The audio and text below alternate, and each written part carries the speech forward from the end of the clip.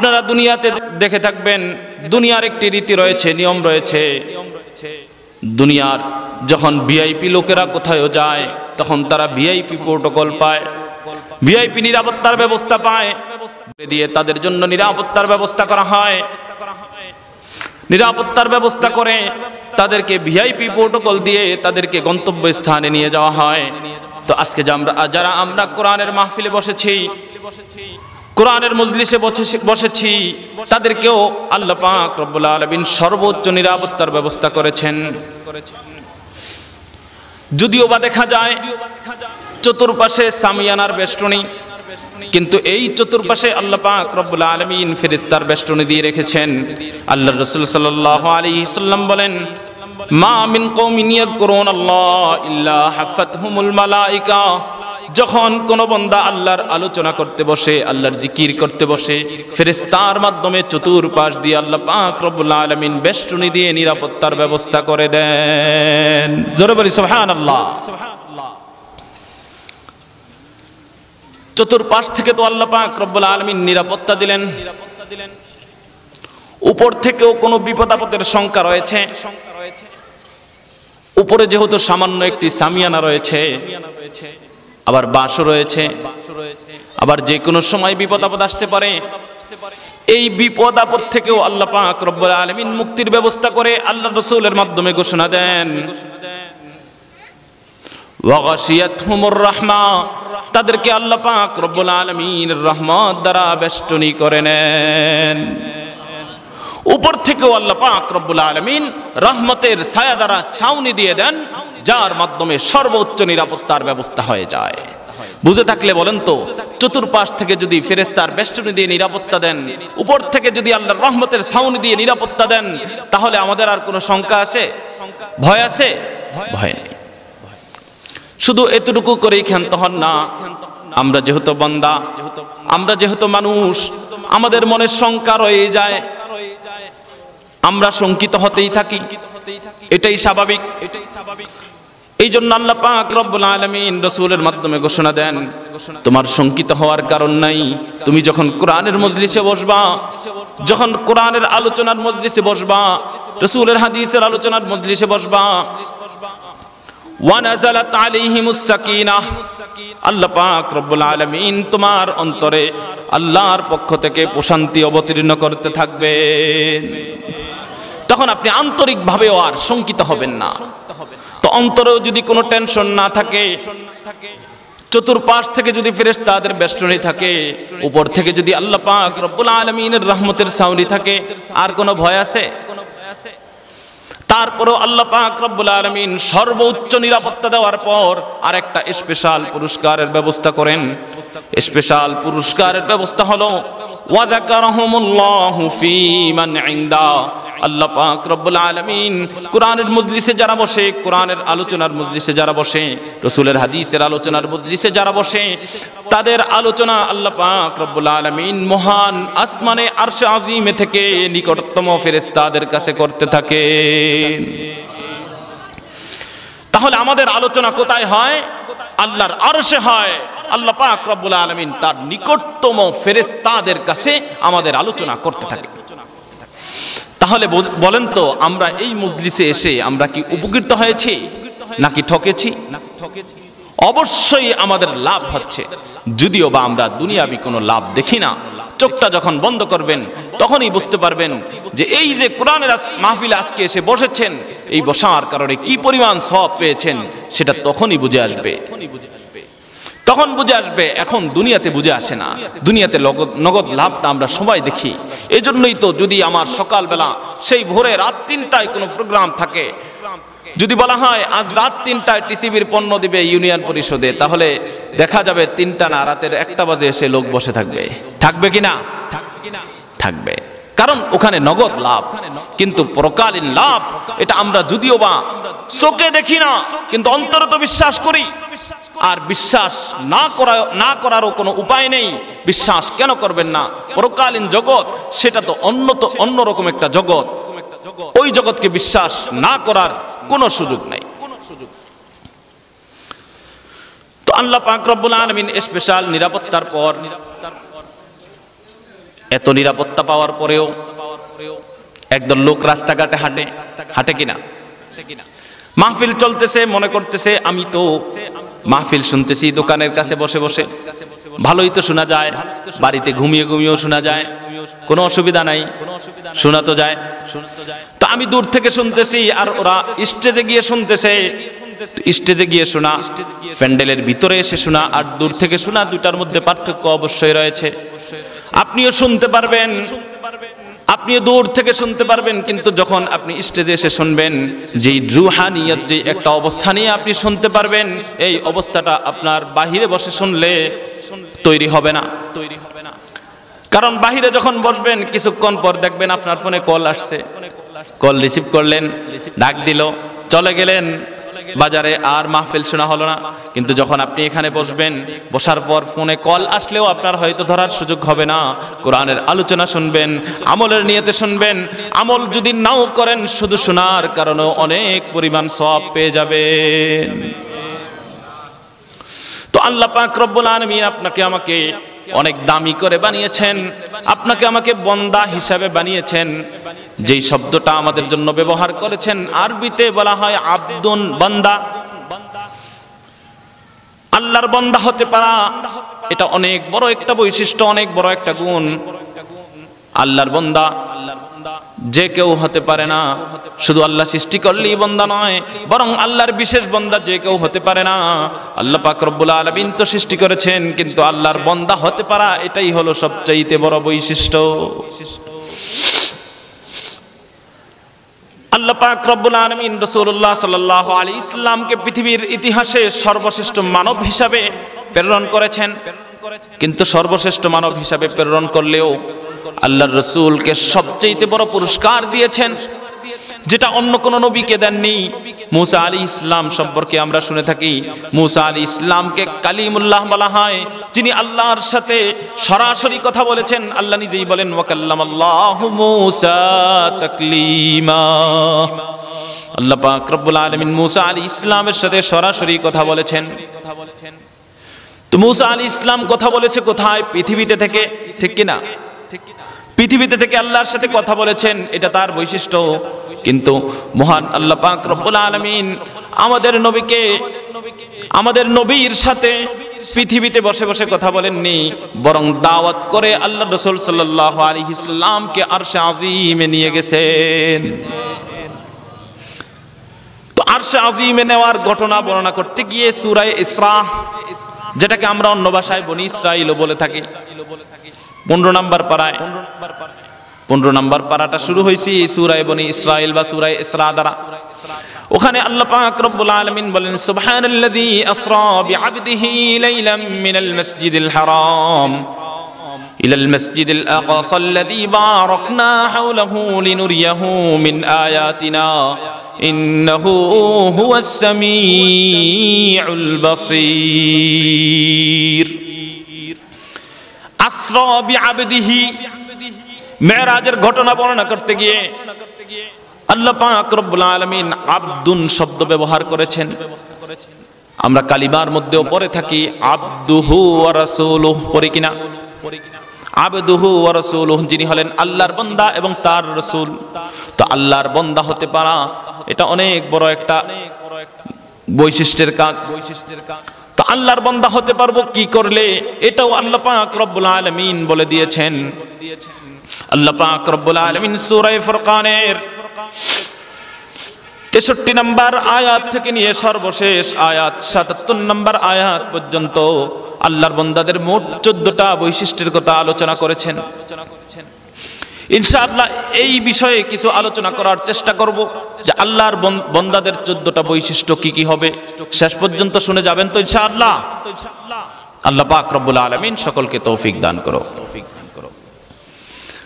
আল্লাহ পাক রব্বুল আলামিন বলেন, ওয়া ইবাদুর রহমানিল্লাযীনা ইয়ামশুনা আলাল আরদি হাওনা ওয়া ইযা খাতাবাহুমুল জাহিলুনা ক্বালু সালামা। আল্লাহর বান্দারা পৃথিবীতে নম্রভাবে চলাফেরা করে, নম্রতার সাথে বিচরণ করে। তারা নম্রবাসী হয়, নম্রতার অধিকারী হয়। আল্লাহর বান্দাদের এক নম্বর বৈশিষ্ট্য হলো তারা নম্র হবে, নম্রতার অধিকারী হবে, পৃথিবীতে নম্রভাবে বিচরণ করবে। আর নম্র হওয়া, বিনয়ী হওয়া, এটা অনেক বড় একটা গুণ। আল্লাহর রাসূল সাল্লাল্লাহু আলাইহি ওয়াসাল্লাম বলেন, মান ইহরামুর রিফকা ইহরামুল খায়র, কল্যাণ থেকে বঞ্চিত। আল্লাহর রাসূল সাল্লাল্লাহু আলাইহি ওয়াসাল্লাম সবচাইতে বেশি নমনীয় ছিলেন, নম্রতার অধিকারী ছিলেন। নম্রতার অধিকারী থাকার কারণেই তো হুদাইবিয়ার সময় হুদাইবিয়ার সন্ধি হয়েছে আল্লাহর রাসূল সাল্লাল্লাহু আলাইহি ওয়াসাল্লামের সাথে। আল্লাহর রাসূল সাল্লাল্লাহু আলাইহি ওয়াসাল্লাম যে সমস্ত শর্তগুলোর উপর চুক্তি করেছেন কাফেরদের সাথে, প্রত্যেকটা চুক্তি ছিল মুসলমানদের বিরুদ্ধে। হযরত ওমর রাদিয়াল্লাহু তাআলা আনহু ওই দিন টিকতে পারেন নাই, গরম ছিলেন। ওমর রাদিয়াল্লাহু তাআলা আনহু আল্লাহর রাসূলকে বলে ফেলেছেন, হে আল্লাহর রাসূল, এত লাঞ্ছনা কেন আমরা বহন করতেছি, এত লাঞ্ছনার শিকার কেন আমরা হচ্ছি? আপনি কি সত্য নবী কিনা? আল্লাহর রাসূল উত্তর দিয়েছেন, হ্যাঁ হ্যাঁ, আমি সত্য নবী। ওমর রাদিয়াল্লাহু তাআলা আনহু বলেছেন, আমরা যদি যুদ্ধ করে মারা যাই, আমরা শহীদ হবে কিনা, আমরা জান্নাতে যাব কিনা? আল্লাহর রাসূল সাল্লাল্লাহু আলাইহি ওয়াসাল্লাম বললেন, হ্যাঁ, তোমরা যদি যুদ্ধ করে শহীদ হও তাহলে সোজা জান্নাতে চলে যাবে, সব কিছু আপন অবস্থায় ঠিক আছে। কিন্তু ওমর, তোমার হয়তো বুঝে আসতেছে না, তোমার হয়তো বুঝে আসতেছে না, যদিও বা আজকে আমরা মুসলমানরা লাঞ্ছিত হয়ে, অপমানিত হয়ে, অপদস্থ হয়ে হুদাইবিয়া থেকে ফিরে যাচ্ছি, কিন্তু অসুবিধা নাই, ইন্না ফাতাহনা লাকা ফাতহাম মুবিনা। ওখান থেকে ওমর রাদিয়াল্লাহু তাআলা আনহুর আচরণের পরেই আল্লাহর রাসূল যাচ্ছেন, প্রতিমধ্যেই সূরা ফাতাহ নাজিল হয়ে গেল, ইন্না ফাতাহনা লাকা ফাতহাম মুবিনা, আমি আপনাকে চূড়ান্ত বিজয় দিয়েছি। ওমর রাদিয়াল্লাহু তাআলা আনহু এই আয়াত শুনে আরো কেঁপে গেলেন, বলে ফেললেন, আল্লাহর রাসূল, এটাই কি বিজয় কিনা? আজকে আমরা যে লাঞ্ছনা নিয়ে এসেছি, এটা কি আল্লাহ পাক রব্বুল আলামিন বিজয় বলেছে? আল্লাহর রাসূল বললেন, হ্যাঁ হ্যাঁ, এটাই তোমাদের জন্য চূড়ান্ত বিজয়। আলহামদুলিল্লাহ, দেখা গেল এক বছর না যেতেই কাফেরদের সাথে যুদ্ধবন্ধ হয়ে, যুদ্ধবিরতি হয়ে মুসলমানরা শক্তি এবং সামর্থ্য নিয়ে এক বছর পরেই ৮ম হিজরিতে মক্কা বিজয় করে ফেলেছে। এত কঠিন পরিস্থিতিতেও আল্লাহর রাসূল সাল্লাল্লাহু আলাইহি ওয়াসাল্লাম বিরূপ আচরণ করেননি, বরং নম্রতার আচরণ করেছেন। সাহাবায়ে কিরাম আল্লাহর রাসূলের জন্য জীবন উৎসর্গ করতে প্রস্তুত ছিলেন। আল্লাহর রাসূলের চোখের ইশারায় সাহাবায়ে কিরাম জীবন দেওয়ার জন্য প্রস্তুত ছিলেন, জীবন কুরবান করে দিতে প্রস্তুত ছিলেন। এই জন্য তো উহুদের যুদ্ধের মধ্যে আল্লাহর রাসূল সাল্লাল্লাহু আলাইহি ওয়াসাল্লামকে বাঁচানোর জন্য ৭০টা তীরের আঘাত, তরবারির আঘাত পর্যন্ত সাহাবায়ে কিরাম সয়েছেন, বহন করে নিয়েছেন। তো আল্লাহর রাসূল সম্পর্কে আল্লাহ পাক রব্বুল আলামিন বলতেছেন, ফাবিমা রাহমাতিম মিনাল্লাহি লিনতা লাহুম লাউ কুনতা ফাজ্জান গালিযাল কলবি লানফাদ্দু মিন হাওলিক। হে আল্লাহর রাসূল, আল্লাহ দয়া এবং মায়া করে আপনাকে নম্রতার অধিকারী বানিয়েছেন। লাউ কুনতা ফাজ্জান গালিযাল কলবি লানফাদ্দু মিন হাওলিক, আপনি যদি কর্কশবাসী হতেন, আপনি যদি কঠোরতা করতেন, তাহলে এই সাহাবায়ে কিরামরা আপনার আশেপাশে থাকতো না, সাহাবায়ে কিরামরা আপনাকে ছেড়ে চলে যেত। তা আল্লাহই ঘোষণা দিচ্ছেন, আল্লাহর রাসূল সাল্লাল্লাহু আলাইহি ওয়াসাল্লাম নম্রতার অধিকারী ছিলেন। তো যেই বৈশিষ্ট্য আল্লাহর রাসূল সাল্লাল্লাহু আলাইহি ওয়াসাল্লামের মাঝে আছে, এই বৈশিষ্ট্য আপনার আমার অর্জন করা দরকার কিনা? দরকার কিনা? এই জন্য আপনাকে আমাকে নম্রবাসী হতে হবে, নম্রতার অধিকারী হতে হবে।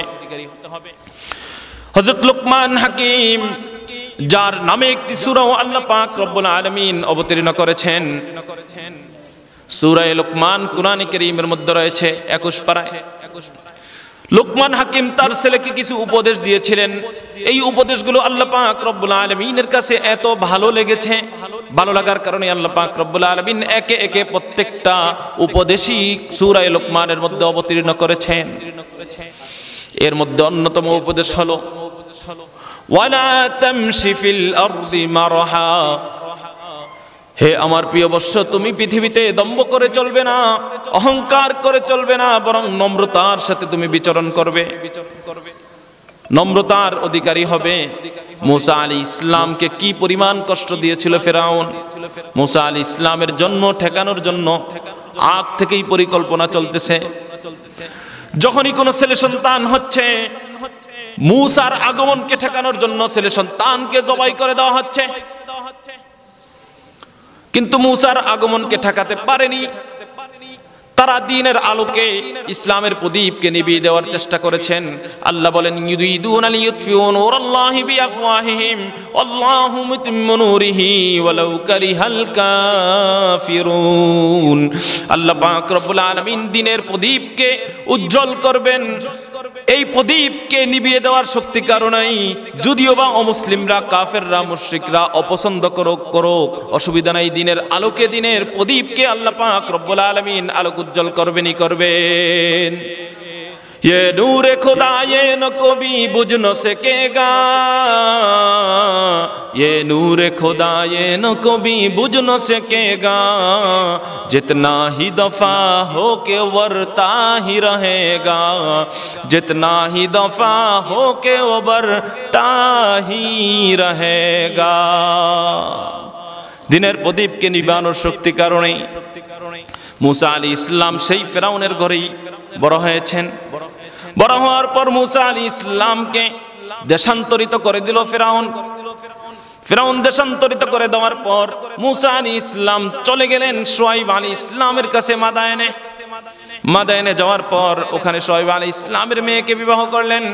বিবাহ করে যখন নবুয়তের বয়স হলো, বয়স হওয়ার পর আল্লাহ পাক রব্বুল আলামিনের আদেশে মুসা আলাইহিস সালামকে ফেরাউনের কাছে দ্বীনের দাওয়াত নিয়ে আসতে হলো। যখন মুসা আলাইহিস সালাম ফেরাউনের কাছে দ্বীনের দাওয়াত নিয়ে এসেছেন, আমরা সবাই জানি মুসা আলাইহিস সালাম খুব গরম ব্যক্তি ছিলেন, ঠিক কিনা? আমরা জানি মুসা আলাইহিস সালাম কেমন গরম ব্যক্তি ছিলেন, এক থাবরে এক লোককে মেরেই ফেলেছেন, ঠিক কিনা? তো এত গরম ব্যক্তি ছিলেন, কিন্তু যখন দাওয়াত নিয়ে যাচ্ছেন ফেরাউনের কাছে, যে তাকে দেশান্তরিত করেছে, এই লোকটার কাছে যখন দাওয়াত নিয়ে যাচ্ছে, সাথে সহযোগী হিসাবে তার ভাই হারুন আলাইহিস সালামকে নিয়ে গিয়েছে, তখন আল্লাহ পাক রব্বুল আলামিন বলেন, ফাকুলা লাহু কওলাল লাইয়িনাল লাআল্লাহু ইয়াতাযাক্কারু আও ইয়াখশা। সূরা তাহার মধ্যে আল্লাহ পাক রব্বুল আলামিন বলেন, আপনারা দুজন, মুসা এবং হারুন আলাইহিস সালাম, আপনারা দুজন ফিরাউনের কাছে গিয়ে নম্রতার সাথে দ্বীনের দাওয়াত দিন। হয়তো তারা দ্বীনের দাওয়াত গ্রহণ করতেও পারে, দ্বীনের দাওয়াত গ্রহণ করতেও পারে। তো মুসা গরম মানুষ, ওই লোকটাকেও আল্লাহ পাক রব্বুল আলামিন নম্রতার শিক্ষা দিচ্ছেন। তো ওখানে নবী, আমাদের নবী যেহেতু সবচেয়ে বড় নম্রতার অধিকারী ছিলেন, লোকমান হাকিম তার সন্তানকে দম্ভ করে চলতে না বললেন, নম্রতার সাথে বিচরণ করতে বললেন। মুসা আলাইহিস সালামকে স্বয়ং আল্লাহ নম্রতার আচরণ করতে বললেন ফিরাউনের সাথে। তো আপনি আমি নম্রতার আচরণ করা দরকার কিনা? অবশ্যই দরকার। আপনি আমি নম্র হতে হবে। তবে মনে রাখবেন, আমাকে যদি কেউ ঠকাতে চায়, আমাকে আমার অধিকার থেকে যদি কেউ বঞ্চিত করতে চায়, তখন আর আমার নম্রতার সুর থাকবে না, তখন হয়তো আমার প্রতিবাদের সুর চলে আসবে। এটাও নবীর শিক্ষা, এটাও রসুলের আদর্শ। রসুল 13 বছর পর্যন্ত কষ্ট ক্লেশ সহ্য করেছেন। কাফেররা যত অত্যাচার করেছেন, শুধু সাহাবায়ে কিরামকে বলতেন, তোমরা সবর করো, সবর করো, ধৈর্য ধরো। কিন্তু যখন মদিনায় গেলেন, রসুলের শক্তি সামর্থ্য ফিরে আসলো, রসুল কাফেরদেরকে সদা সর্বদা তটস্থ করে রেখেছে। কাফেরদেরকে আর শান্তিতে থাকতে দেননি। কেন? তুমি আমার রাষ্ট্র নিয়ে চক্রান্ত করতেছো, যে ইসলামী রাষ্ট্রকে তুমি ধ্বংস করবে। তো আমরা নম্র থাকবো, নম্রতার সুরে কথা বলবো। কতক্ষণ? যতক্ষণ আপনি শুধরানোর পথ থাকবে। যখন শুধরানোর পথ বন্ধ হয়ে যাবে, তখন হয়তো আমাদের সুর ও কঠিন হয়ে যাবে, কঠোর হয়ে যাবে। উলামায়ে কেরাম এই অবস্থান থেকেই কথা বলেন। উলামায়ে কেরাম নিজের স্বার্থে কথা বলেন না, বরং উলামায়ে কেরাম শুধুমাত্র দ্বীনের জন্য, ইসলামের জন্যই কথা বলেন। যেখানে নম্র হওয়া দরকার উলামায়ে কেরাম ওখানে নম্র হন, যেখানে কঠোর হওয়া দরকার ওখানে উলামায়ে কেরাম কঠোর হন। এই জন্য উলামায়ে কেরামের সাথে আর আপনাদের সাথে কোনো শত্রুতা আছে? সাধারণ মানুষের সাথে, বিশেষ করে সরকারের সাথে কি উলামায়ে কেরামের কোনো শত্রুতা আছে? শত্রুতা নেই। উলামায়ে কেরাম কি সরকার থেকে কোনো জমি পাবে? আপনার থেকে কোনো জমি পাবে না। তো আপনার বিরুদ্ধাচরণ কেন করে? বুঝতে হবে আপনি সঠিক পথে নাই, এজন্যই আপনার বিরুদ্ধাচরণ করে। যেটা নবীরা করেছেন, নবীর সিলসিলা যেহেতু বন্ধ হয়ে গেছে, সুতরাং এখন আর নবী আসবে না। তো নবী আসবে না, কাজ কারা করবেন? নবী আসবে না, কাজ করতে হবে। তো নবীওয়ালা কাজ তো কিয়ামত পর্যন্ত বাকি থাকবে, তো কারা করবেন? এটাও আল্লাহর রাসূল সাল্লাল্লাহু আলাইহি সাল্লাম বলে গেছেন, ইন্নাল উলামা ওয়ারাসাতুল আম্বিয়া ফাইন্নাল আম্বিয়া লাম ইউরিসু দিনারা ওয়ালা দিরহামা ইন্নামা ওয়ারাসুল ইলম ফামান আখাযাহু আখাযা বিহাজ্জিন ওয়াফির। এই হাদিসটা মূলত আরেকটা হাদিসের ব্যাখ্যা। আল্লাহ রাসূল সাল্লাল্লাহু আলাইহি সাল্লাম বলেন, ইন্না বনি ইসরাঈল কানাত তাসুসুহুমুল আম্বিয়া, বনি ইসরাঈলের মধ্যে নেতৃত্ব দিত নবীরা।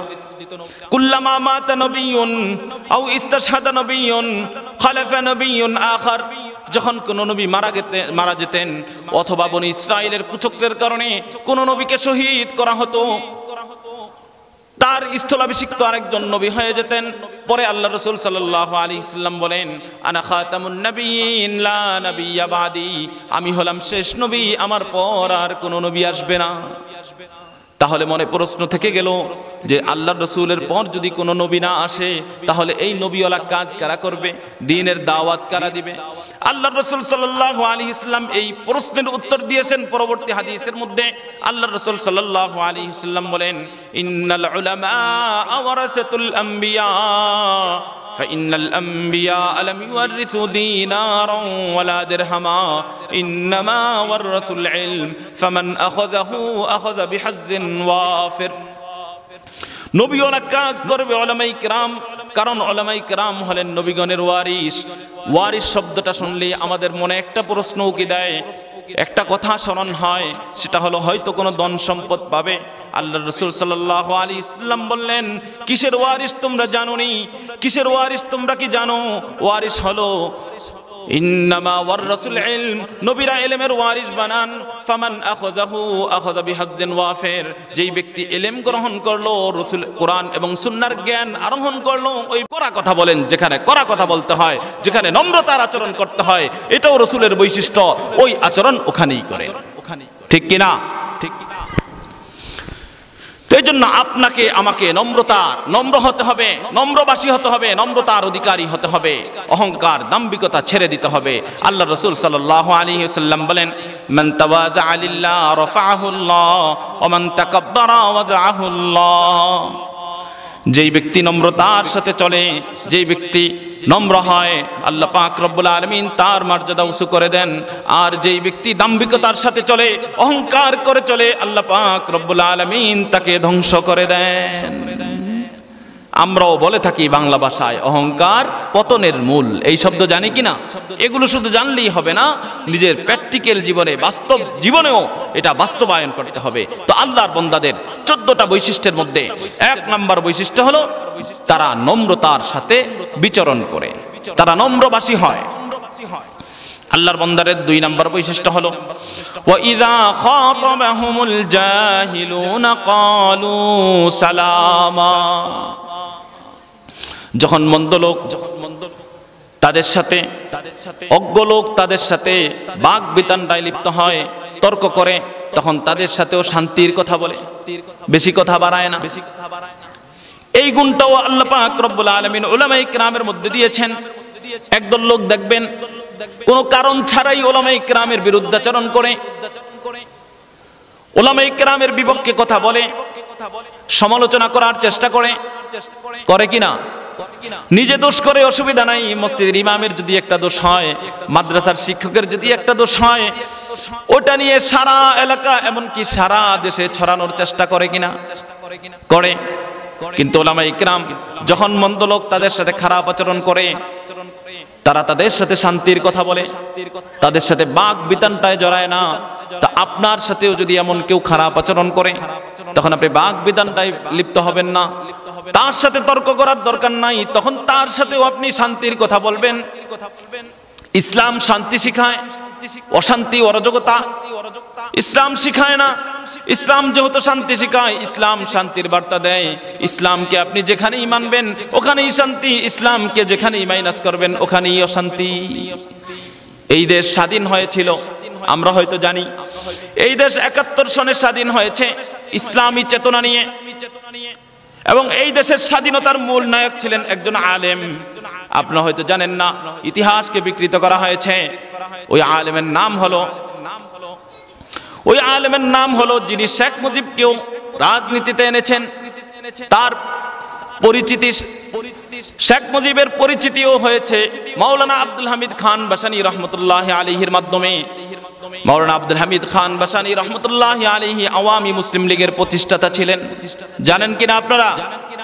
এই আওয়ামী লীগের নাম ছিল আওয়ামী মুসলিম লীগ, কিন্তু মুসলিমটাকে বাদ দিয়ে দিল শেখ মুজিব। স্বাধীনতার পরপরই মুসলিমকে বাদ দিয়ে আওয়ামী লীগ নাম দিয়ে দিল, কারণ ওদের চরম শত্রুতা হলো ইসলামের সাথে।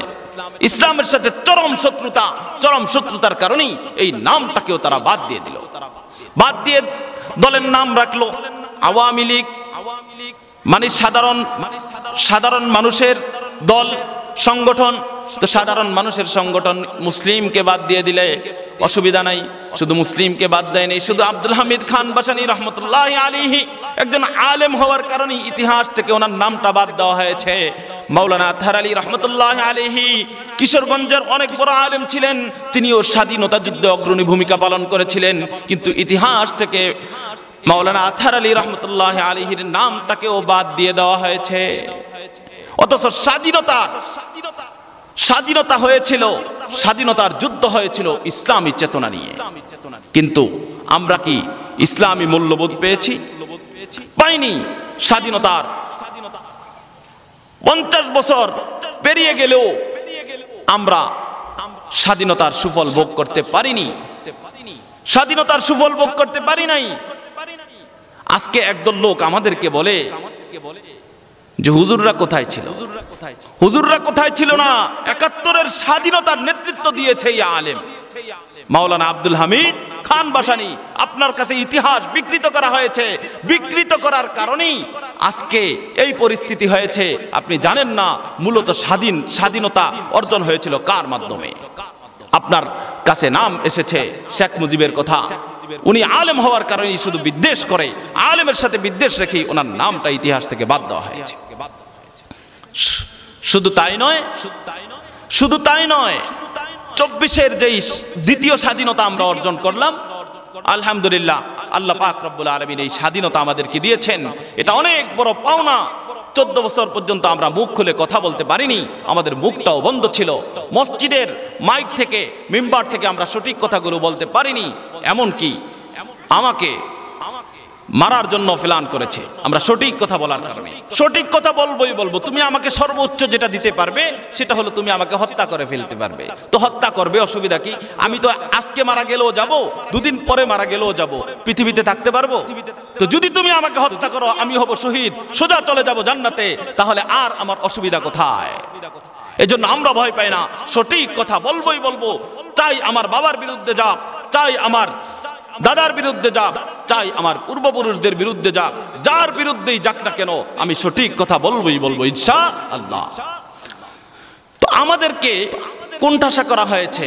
তা আজকে এতদিন পর আমাদেরকে এসে বলে হুজুররা কোথায় ছিল? এই 24-এর স্বাধীনতার পরেই বলতেছে হুজুররা কোথায় ছিল? চিন্তা করে দেখছেন একবার কি চিন্তা করে দেখেছেন, ভেবে দেখেছেন হুজুররা কোথায় ছিল? প্রত্যক্ষ এবং পরোক্ষভাবে প্রত্যেকটা আলেম এর সাথে জড়িত ছিল, এবং যাত্রাবাড়ি সহ, ফোস্টগোলা মোড় সহ প্রত্যেকটা সেক্টরে উলামায়ে কেরাম অগ্রণী ভূমিকা পালন করেছেন।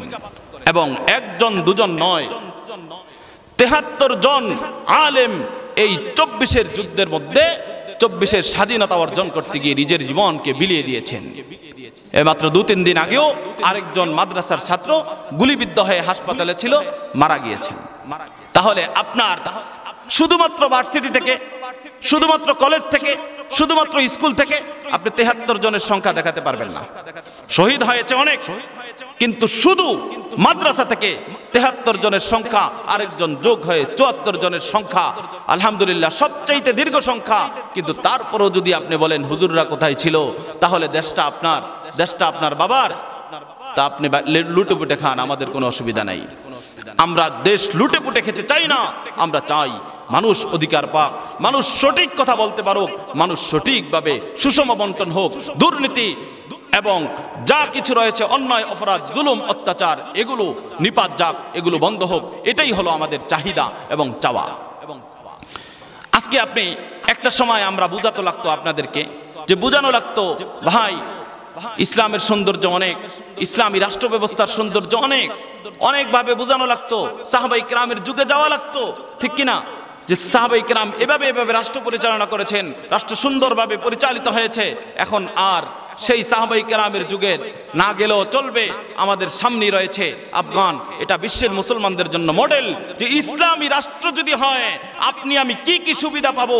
একজন লোক আপনি চিন্তা করলে অবাক হবেন, সাদা একটা পলিথিন ভরে পিপি পলিথিনে লাখ লাখ টাকা নিয়ে যাচ্ছে।